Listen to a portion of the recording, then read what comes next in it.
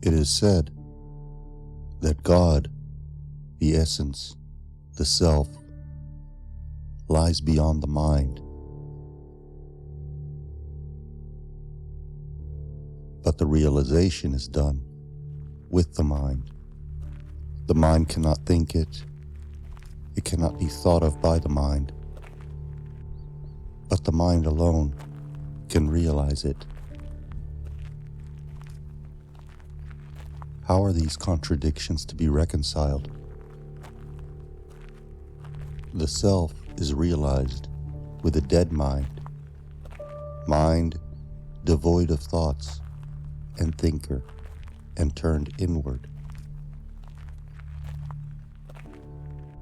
Then the mind sees its own source and becomes that itself. But it is not as a subject perceiving an object.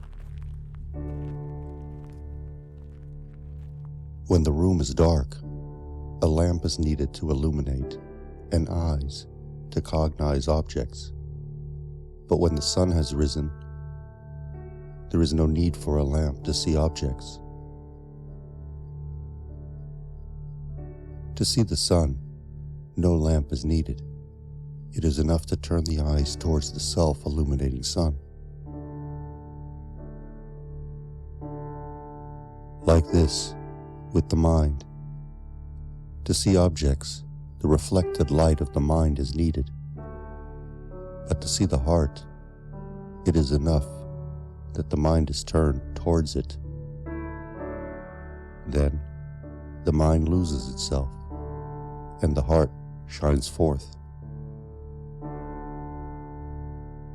The essence of mind is only awareness or consciousness. When the ego, however, dominates it, it functions as the reasoning, thinking, or sensing faculty. The cosmic mind, not limited by the ego, has nothing separate from itself and is therefore only aware. This is what is meant in the Bible by I am that I am. When the mind dies within the supreme consciousness of one's own self, know that all the powers, beginning with the power of liking, doing, or knowing, will completely disappear, being found to be an unreal imagination appearing in one's own form of consciousness.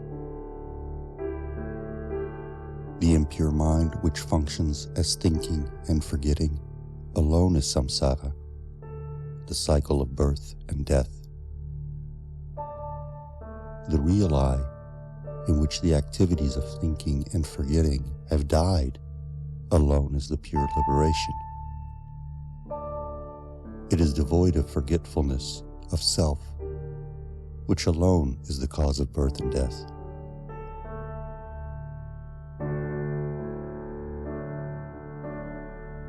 So now you may ask, how is the ego to be destroyed? Find and hold the ego first, and then ask this question. Who asks the question? Is it the ego? It is the ego. This question is a sure way to cherish the ego, and not to kill it. But if you seek this ego, you will find that it does not exist. It is only a bundle of thoughts and experiences in mind. Realizing that is how to destroy it.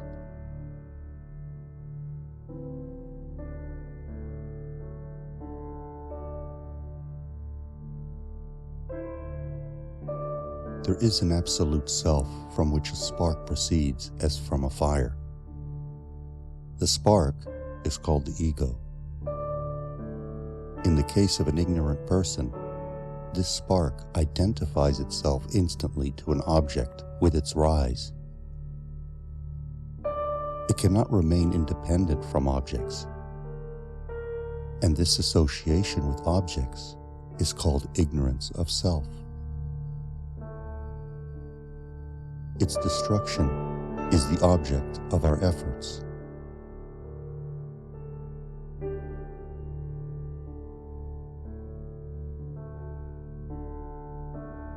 If its objectifying tendencies are killed, it remains pure and merges into the source.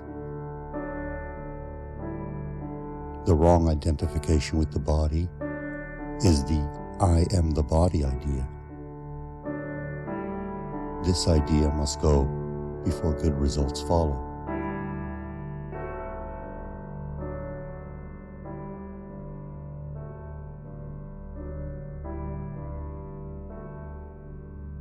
The I, in its purity, is experienced in intervals between two states or between two thoughts. The ghostly ego, which is devoid of form, comes into existence by grasping a form. Grasping a form, it endures. Feeding on forms which it grasps, it creates more. Leaving one form, it grasps another form. But when searched for, it takes flight.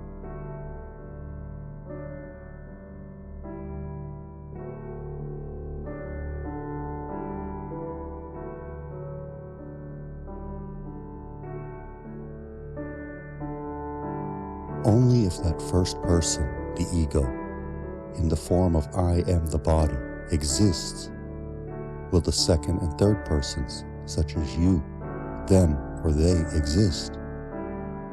However, if by one's investigating the truth of the first person is destroyed, the second and third persons will cease to exist, and one's own nature, which will then shine as one, will truly be the state of self.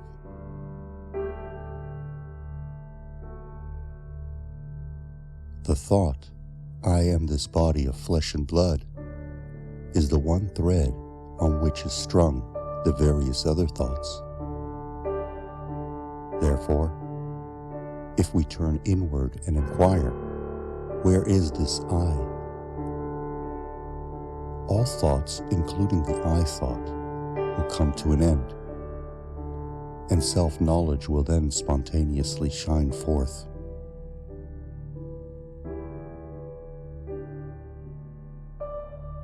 Self-inquiry, investigation, is the one method for realization.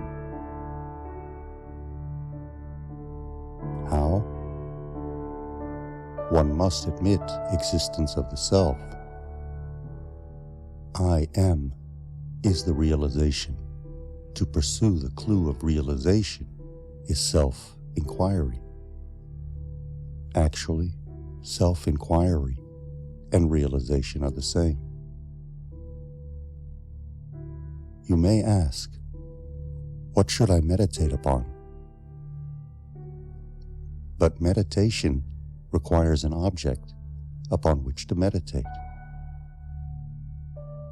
whereas there is only the subject without the object in self-inquiry. Meditation differs from self-inquiry in this way. Meditation is concentration upon an object. It serves the purpose of keeping unwanted thoughts away by fixing the mind on a specific object, which ultimately must also disappear before reaching realization. But realization is nothing new to be acquired. It is already there, but obstructed by a screen of thoughts. It is our attempt to lift the screen, and then realization is revealed. If seekers are advised to meditate, many will go along with this practice very satisfied, focusing on the breath, or between the eyes, or on the chakras, or lights, sound, names, or any other objects. But there may arise one who turns around and asks, who am I to meditate on an object? such a one must be told to find the self, the finality. That is self-inquiry.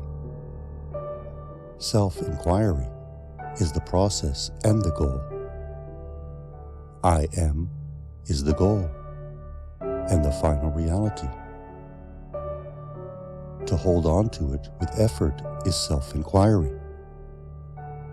When spontaneous and natural, it is realization.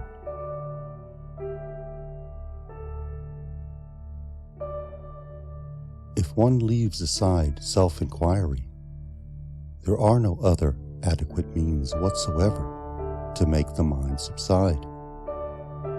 If made to subside by other means, it will remain as if subsided, but it will rise again.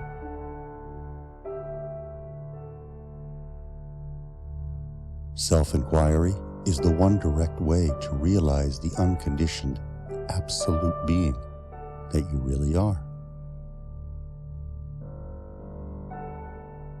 Because every kind of practice except self-inquiry presupposes the retention of the mind as the instrument for carrying on with the practice, since without the mind it cannot be practiced.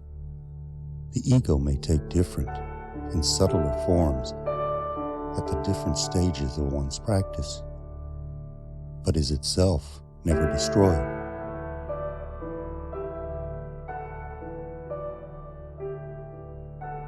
The attempt to destroy the ego or mind with a practice other than self-inquiry is just like the thief pretending to be the constable to catch the thief, that is himself.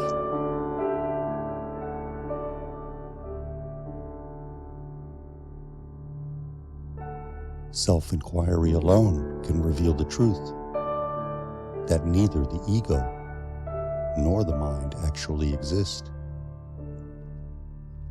and only that which gives rise, the source, the absolute, is real.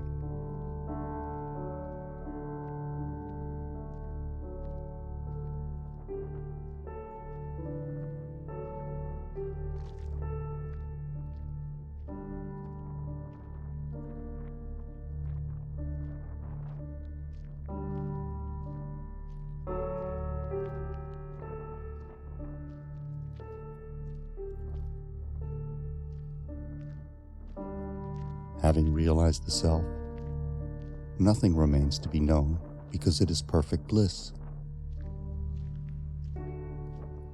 It is all.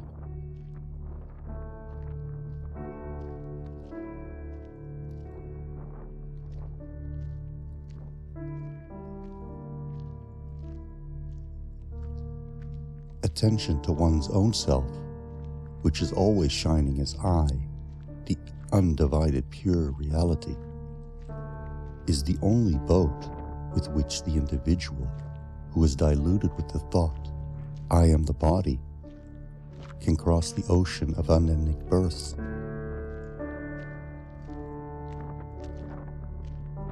Reality is simply the loss of ego. Destroy the ego by seeking its source, its identity. Because the ego is no entity, it will automatically vanish, and reality will shine forth by itself. This is the direct path, whereas all other paths are followed only by retaining the ego. In those paths, there arise so many doubts, and the eternal question, who am I, remains to be tackled ultimately. But in the direct path, the final question is the only one, and it is raised from the very beginning. No specific practices are needed for this quest.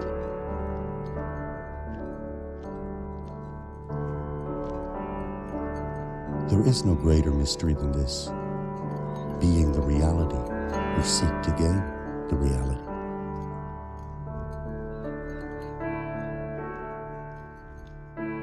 We believe that there is something real which hides our reality, and we must destroy it before reality is gained. This is ridiculous.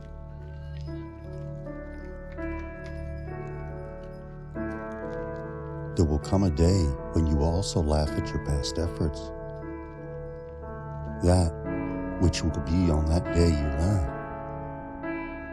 is also here and now.